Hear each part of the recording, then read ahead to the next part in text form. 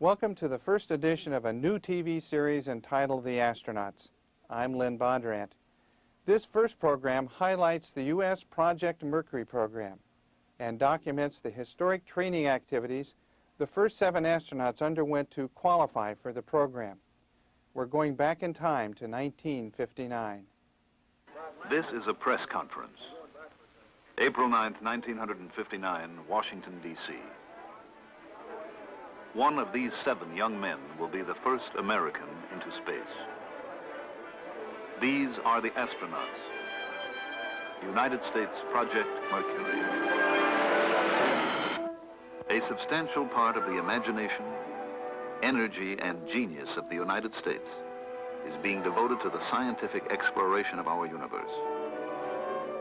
The launching pads and gantries of the Atlantic Missile Range mount many of our experiments into the very nature of creation.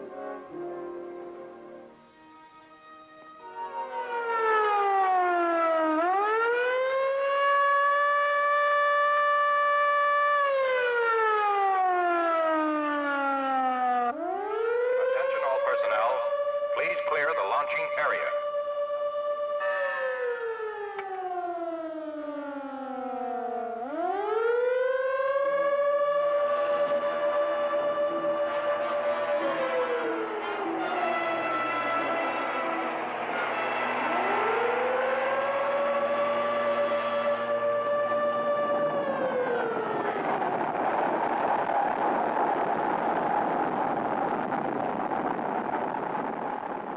This launch carried an Earth satellite into orbit. Soon, before the Earth turns many hundred times, a man will climb into a capsule at the Atlantic Missile Range and be hurled headlong into space.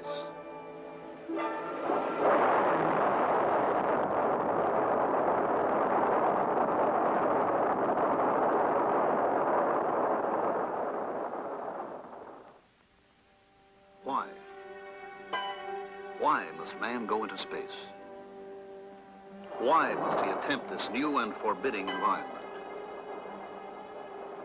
Space with its belts of radiation, meteorites, solar winds, unknown cosmic forces. To explore his world, man has always risked the unknown. Because it is unknown, and man's nature is to know. Project Mercury is a beginning for man in space. It will take him 100 miles from the Earth. Here, we think there are no radiation belts, solar winds, or unknown cosmic forces, but man, the scientist, the explorer, must see for himself.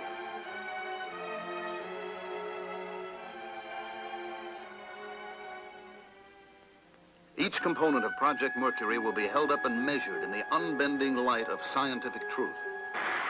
Will it work? Why? Does it work under load? Why not?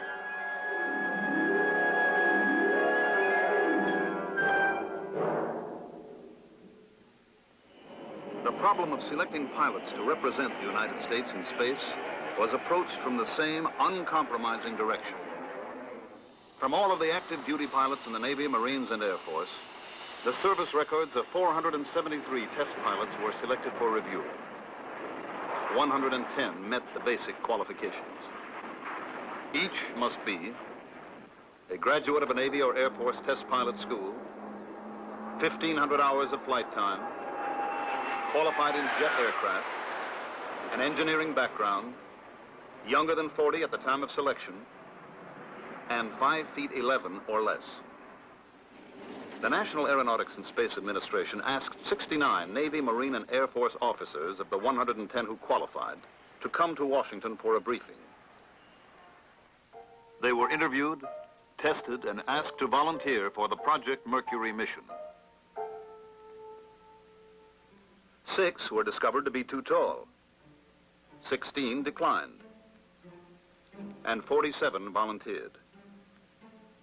32 were asked to continue through a series of capability tests which would indicate not the best man in the group, but the various degrees of qualification of each man.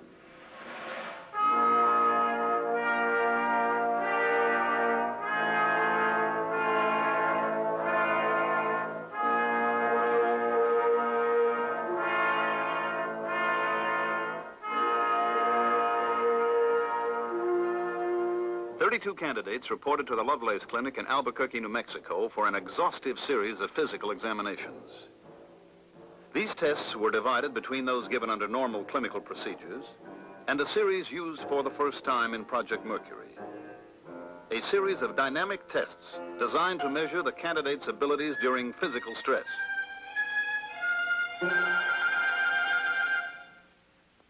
Laboratory studies were made in each physiological area. As military pilots, these men had passed yearly flight physicals.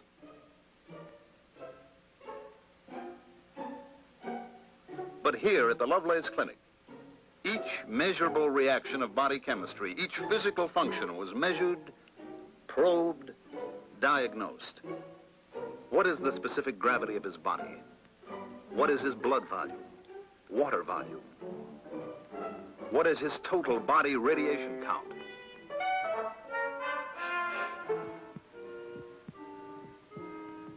We are listening to his heart. When the astronaut is orbiting in space, the measure of his heart's contraction and expansion will be telemetered to the Mercury tracking stations.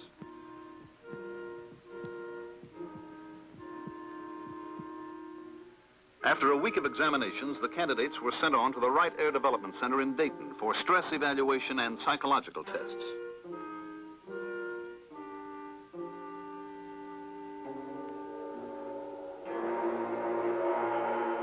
This Project Mercury candidate is preparing for stress. The weight of 8 gravities will thrust upon him as he rides the human centrifuge.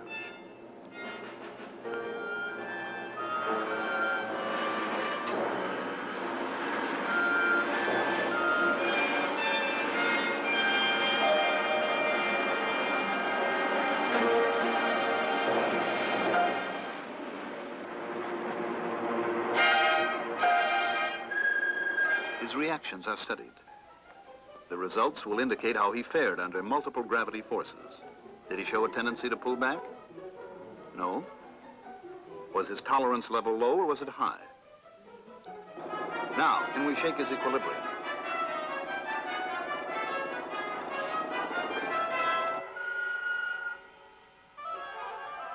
How does this affect his pulse and blood pressure? And what about his mental balance, his imagination, his personality, motivation? How does he see the different problems of living? And how has life affected him as an individual?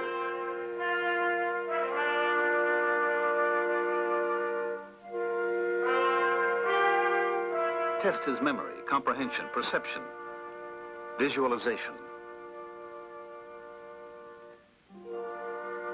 Ask him to describe himself in 100 different ways with a battery of tests. Now, take him up to 65,000 feet for 1 hour in a pressure chamber.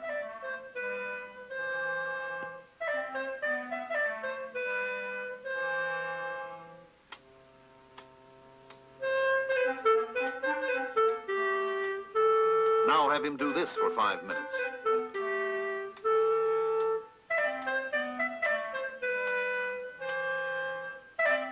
Then ask him to take a walk.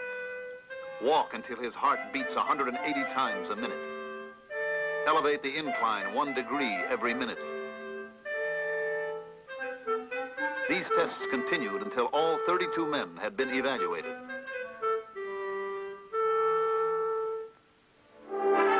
Seven men emerged from this competitive purgatory as the Project Mercury astronauts. At McDonnell Aircraft, they saw a model of the space capsule they would ride into orbit. They sat in the cockpit for the first time. This is the beginning for each of them.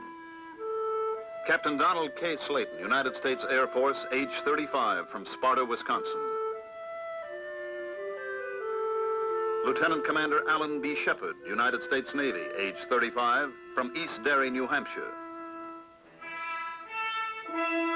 Lieutenant Commander Walter M. Schirra, Jr., United States Navy, age 36, from Wardale, New Jersey. Captain Virgil I. Grissom, United States Air Force, age 33, from Mitchell, Indiana. Lieutenant Colonel John H. Glenn, United States Marine Corps, age 38, from New Concord, Ohio. Captain Leroy G. Cooper, Jr., United States Air Force, age 32, from Carbondale, Colorado. Lieutenant Malcolm Scott Carpenter, United States Navy, age 33, from Boulder, Colorado. These officers were detailed by their services to report to the NASA at Langley Field, Virginia. Here, the National Aeronautics and Space Administration Space Task Group, under the direction of Robert Gilruth, had organized a training program for the astronauts. They were excellent students, and they had a realistic and tough-minded approach to Project Mercury. They had to know all the answers. Here, they discussed the flight tests. In the flight program, they would ride both the Redstone and the Atlas boosters. But a man would not ride either booster until the full test program was a success. The schedule included first instrumented capsules, then capsules with a monkey aboard, and then one of the 7 would go into space. The schedule also provided for the problems of flying near the Earth. They must maintain their proficiency in high-performance military aircraft.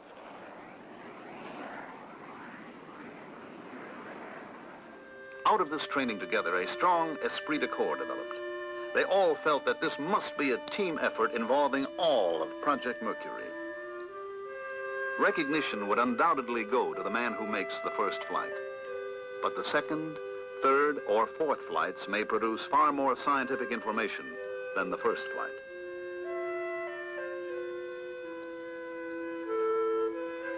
Soon, all of the astronauts were busy qualifying themselves for space flight.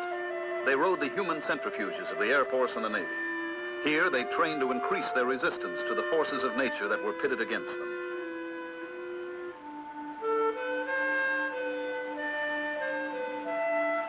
But each new experience, each small physical or mental victory was backed up by hours of classroom work. The time had come to select the pressurized flight suit they would wear. All of the suits tested were air-conditioned, had an attachable helmet, and would protect the pilot from heat and from the deafening 155 decibel noise of the blastoff.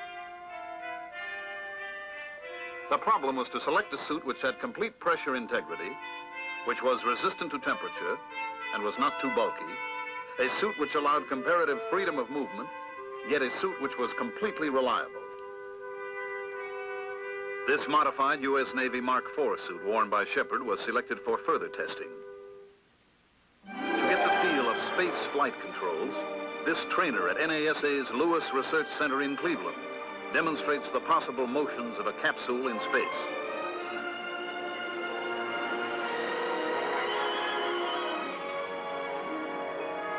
While the astronauts perfect themselves for their mission, the hardware of Project Mercury is being tested, evaluated, reshaped, and tested again.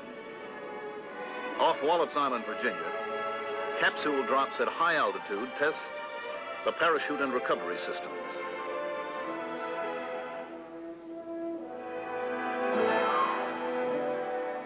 At 10,000 feet, the parachute will open.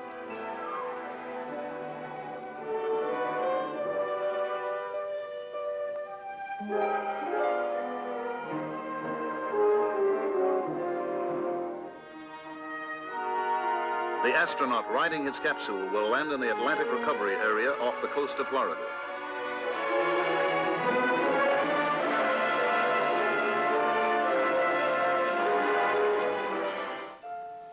The astronaut must learn to tolerate the heating he encounters during his fall back into the atmosphere.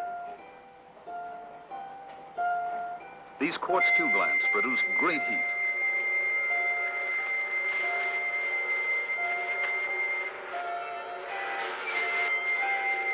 Among the astronauts, Walter Schirra is charged with the special problem of studying the capsule environment.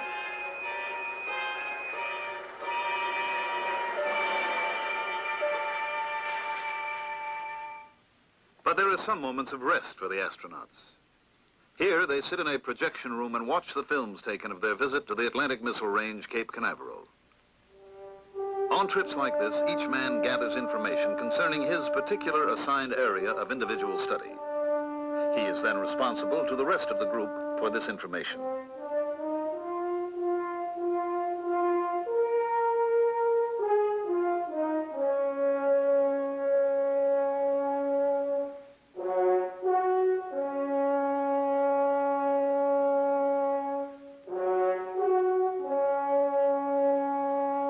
Grissom's area of responsibility is the flight control system, including the automatic pilot.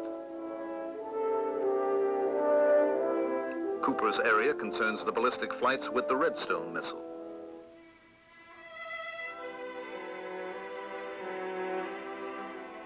Shepard is concerned with tracking and recovery of the capsule.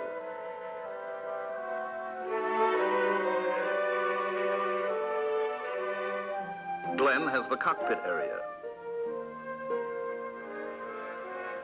Carpenter, communication and navigation.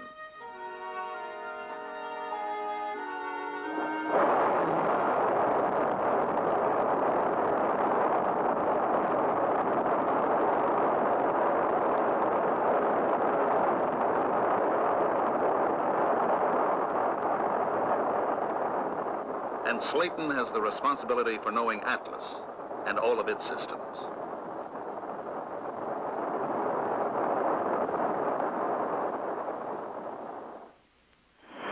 The possibility that trouble may develop with the Atlas or the Redstone during the countdown or during the takeoff is looked squarely in the eye by the astronauts and the engineers behind Project Mercury. This booster was not a Mercury vehicle. But imagine the worst possible situation for the astronaut, that his capsule is now mounted on top of this Atlas. The escape rocket takes the capsule away from the booster.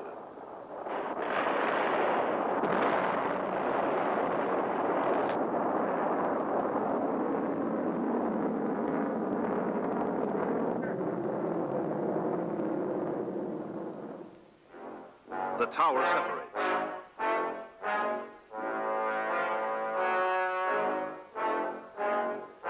The parachute opens, and the capsule lands in the sea.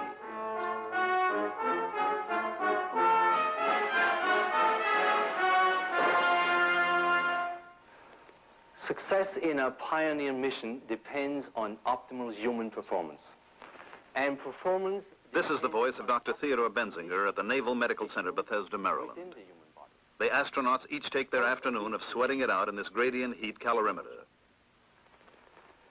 In a temperature as hot as it is in here now for him and will later be for you, 114 degrees Fahrenheit, your internal body temperature is protected by a physiological mechanism of very high power and precision. In the submarine carbon dioxide chamber at Bethesda, the astronauts learn that space medicine and submarine medicine have common problems. Under emergency conditions, there is a danger of the presence of unusual amounts of carbon dioxide in the space capsule or submarine hull.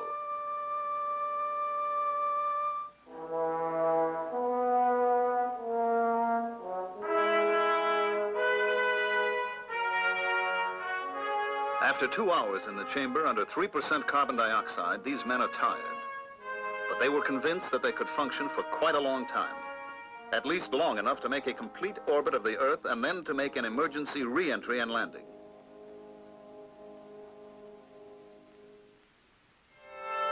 But before a man's life is risked in space, animals will undergo the same operational stresses.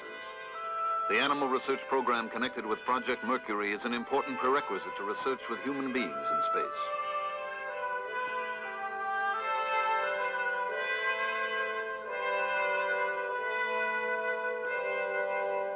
The NASA research, which created the individually molded couch, was another step toward minimizing the hazard of injury during the Mercury mission.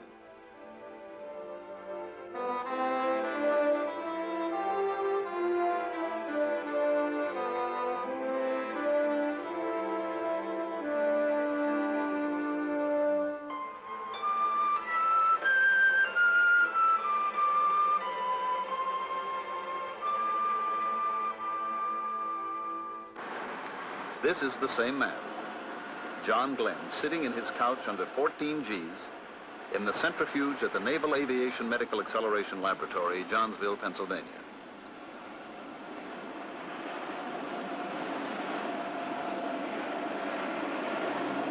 And this is Gus Grissom. The astronauts consider this experience as probably the most important phase of their space flight environmental training.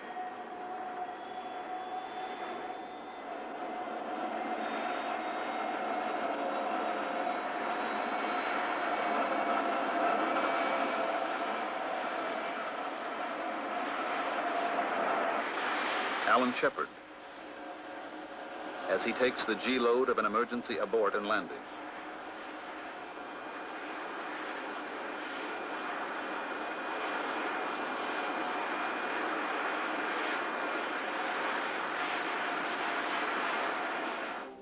To be able to take this physical beating, these men must be conditioned like athletes. And the astronauts find that the physical discipline of underwater swimming is oddly effective in training toward a space mission.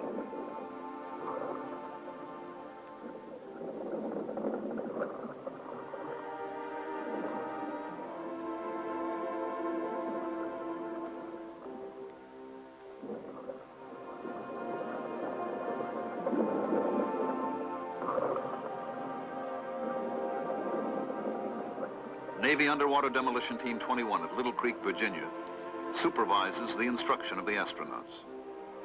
Al Shepard and Wally Schirra have just completed a half-mile swim by compass course to the beach. Underwater swimming, aside from being an excellent physical conditioner, accustoms the astronaut to a forced breathing discipline and closely approximates the condition of weightlessness, which will be encountered in orbital flight.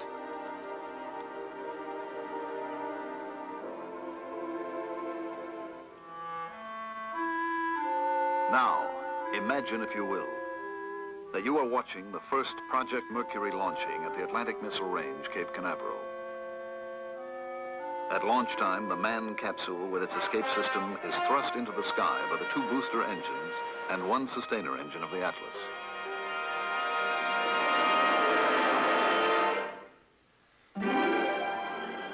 At an altitude of about 50 miles, after some 2 minutes of flight, the booster engines are turned off and jettisoned. The sustainer engine continues its thrust toward orbital speed as the escape rocket fires, pulling the escape tower free of the capsule.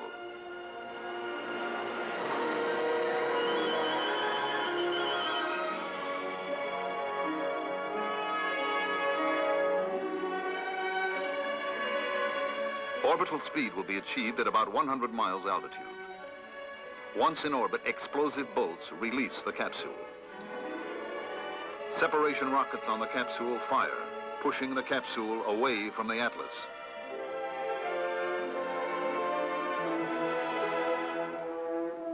Now the capsule automatic pilot rotates the capsule.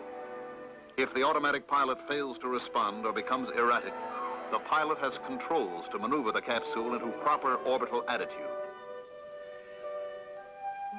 Through a periscope or through his window, the pilot observes the Earth below and the heavens beyond the horizon.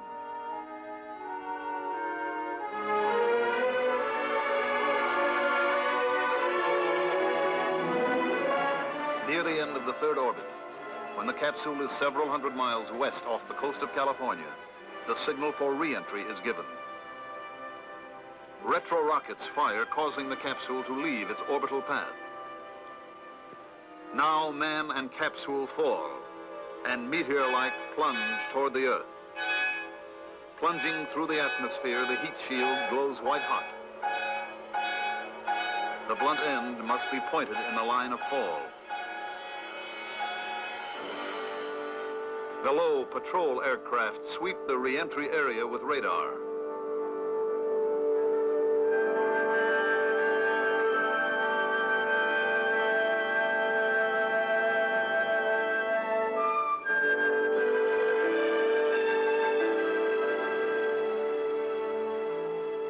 At 10,000 feet, the main parachute extends, and a SOFAR bomb is released. The bomb, exploding some 3,000 feet under the ocean, provides an accurate fix. With this information, patrol aircraft and ships converge on the spot where the capsule is expected to land. When the capsule hits the water, the parachute is released and sea dye marker spreads out on the surface of the water. As the capsule floats in the sea, a signal light and automatic radio transmitter indicate the exact position.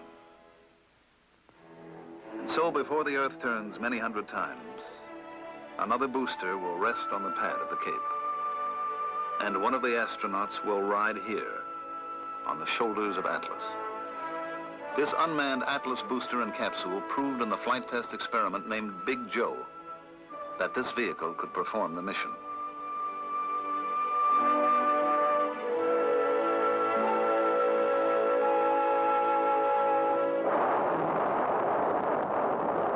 The capsule without escape tower rocketed to 100 miles and was thrust downward to re-enter the Earth's atmosphere at a speed just below the predicted re-entry speed. The capsule was recovered in the Atlantic Ocean.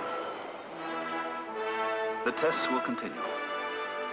The experiments and training will go on to put man into orbit. These are the astronauts. United States Project Mercury.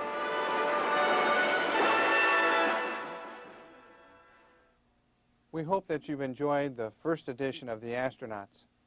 Thank you for joining us.